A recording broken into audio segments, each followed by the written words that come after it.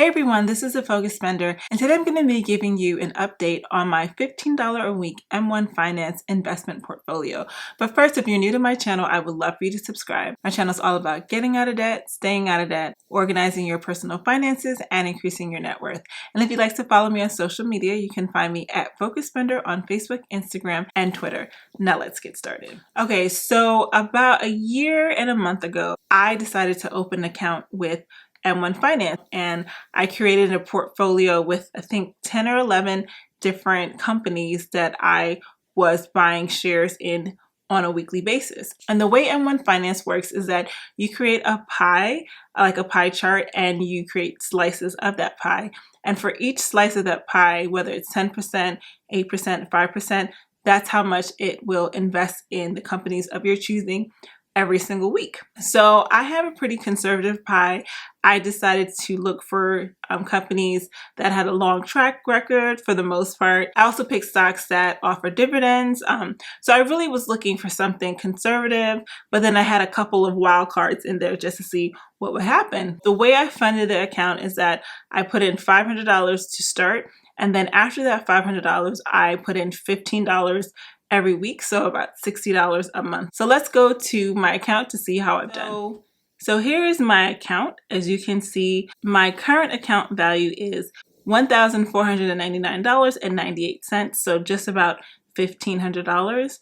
Over this last year or so, performance since November 5th, 2018, I've made $147 in unrealized gains. It's unrealized because I have not sold anything. I have a return of 16.14%, which is amazing. If I had saved all of this money in my bank account as opposed to investing it, maybe I would have a return of 1 to 2%, but nothing like this 16.14%. And the funny thing is that when you look at how some of my stocks have done, my account really either should be in the toilet or it should be through the roof. But when you do a portfolio of stocks, you just don't know what's going to happen. So let's look to see how I've done. And so in no particular order, actually, the first view that I'm showing you is how my account is broken down. So the largest share of my account is going to Netflix at 12%. Netflix has done, decent.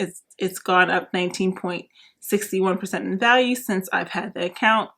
I have 12% going to Microsoft, another 12% going to Nike, and the lowest percent, which I'm kicking myself now, is 5% going to Disney. I really wish I had realized, all of what was going to happen with Disney. I would have put this percentage much higher. The one good thing is that Disney actually isn't the highest performing stock in my account. So I'm okay. So let's do this by gain return.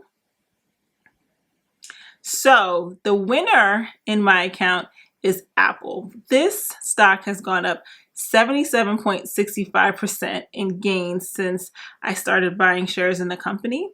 Microsoft comes in second at 62.37 and Nike in third at 40.12.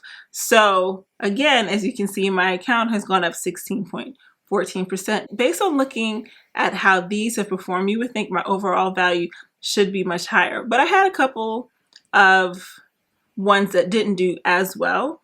Pfizer isn't that bad at a loss of 2.84%.